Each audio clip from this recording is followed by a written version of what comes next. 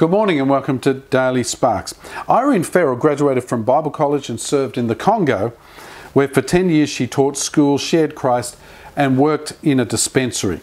In 1964, communist rebels mounted guerrilla raids to overthrow the government, and Irene and her co-worker, Ruth Heggie, decided to evacuate from their station. A helicopter was ordered, and on January 24, 1964, the two prepared to leave. They packed essential belongings, then gathered their Congolese workers for a final time for worship. But then the helicopter didn't come. That night, intoxicated rebels attacked.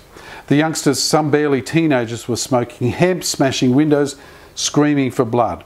Storming the house, they dragged the women from their beds, and one youth shot an arrow into Irene's neck. With her last ounce of strength, she pulled it out, whispering, "I am finished," and died.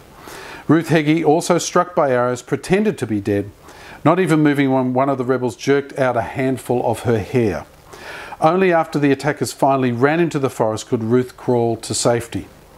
Many Christians perished in the 1960s Congolese turmoil, including Protestant and Catholic missionaries. And we might ask, well, why was the helicopter late? Why do God's servants sometimes perish?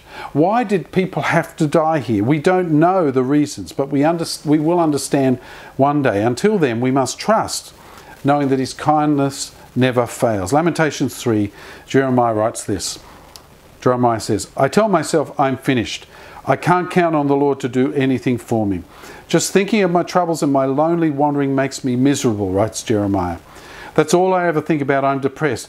Then I remember something that fills me with hope. The Lord's kindness never fails." So whatever you face today, remember that.